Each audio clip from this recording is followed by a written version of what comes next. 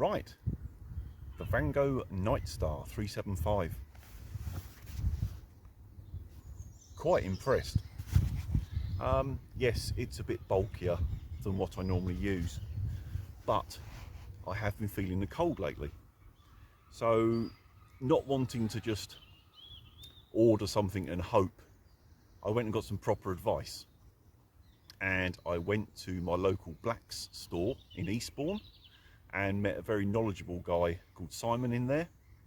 Told him roughly my requirements and what I wanted to spend, and he steered me in this direction. He was right. Now, I've used this quite a bit just lately, although now it's getting to the part of the year that it's too warm. But what they say, suggested usage, they class it as 3 to 4 season, which is, well, 4 season for me on the south coast because it's mild. And their suggestion is -7 to 17. I think in 17 I'd be a bit hot, but -7 I can well believe. I've used it around the 0 mark. Perfect. Quite happy. Total weight 2.1 kilos, so it's not light, but it is a synthetic bag, winter rated. It's never going to be small, and it's certainly not as bulky or as heavy as like the military type stuff, so not bad. The other thing to mention, not bad price. Normal retail I believe is around the £45 mark.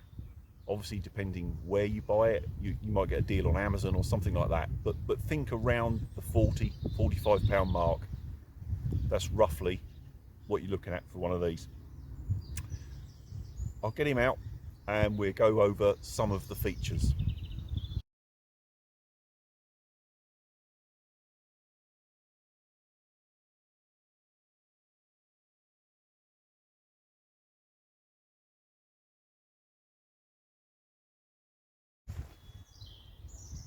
Well, he lofts up quite quickly, as you can see, and he's got him out the stuff sack and it's lofted up already.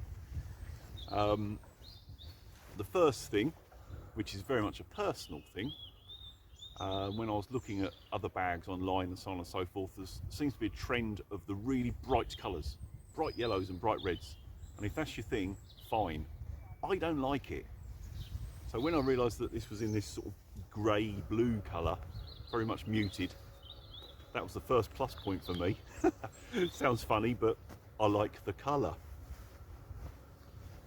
We've got left-hand zip, which is what I prefer.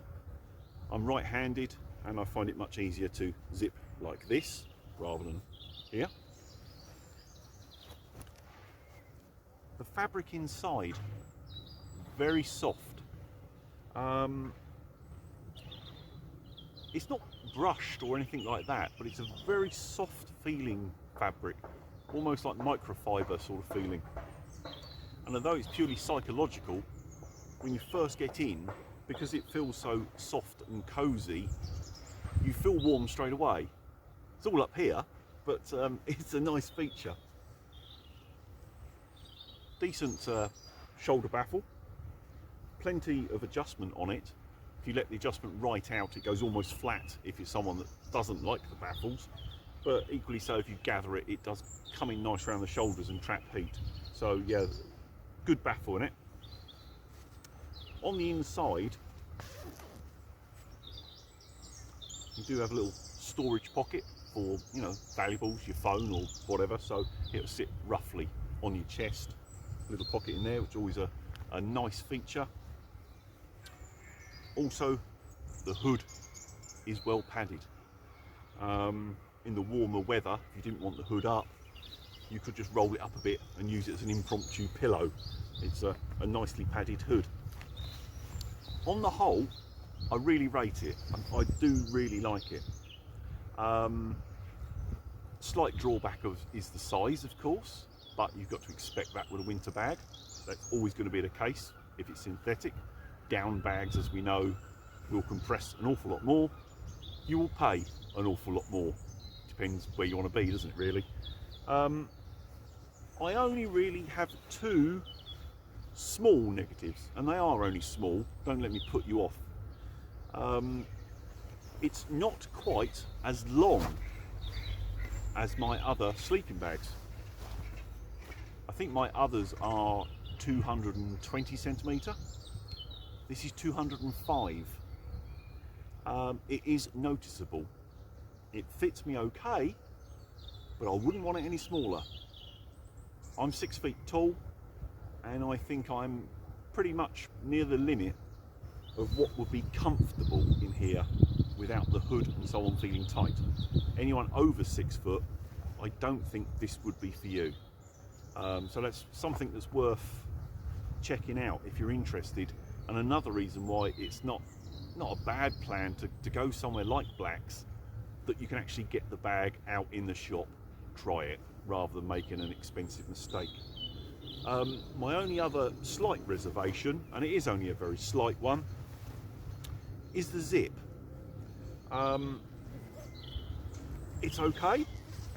When it's running, it runs absolutely fine. But you have to be careful because it's got a decent sized baffle. It does snag it sometimes, and the zip sort of gets stuck even when it's not in the baffle. Sometimes it hangs up. You just got to be a little bit more cautious with it, shall I say. There, it did it then. It's a minor niggle. I'm aware of it now. I can work with it. Having used previously bags with big chunky zips, I'm used to just pulling it straight up, zipping it open, no problem at all. This, I just have to think about it a little bit. So it's a minor criticism. Don't let me put you off for that. It's just something I was immediately aware of. But yeah, I would say as long as you're not over 6 feet, it'll do you well as a winter bag. I'm not sure quite how far you could push the temperature limits. They suggest down to -7, which would, cover most of the UK, wouldn't it? Unless you're at the top of a mountain or something like that. I would say it's probably going to do 99% of the people in the UK. As a winter option, without spending a fortune, I think it gets my vote. For price versus performance, it's definitely up there. It's a thumbs up from me.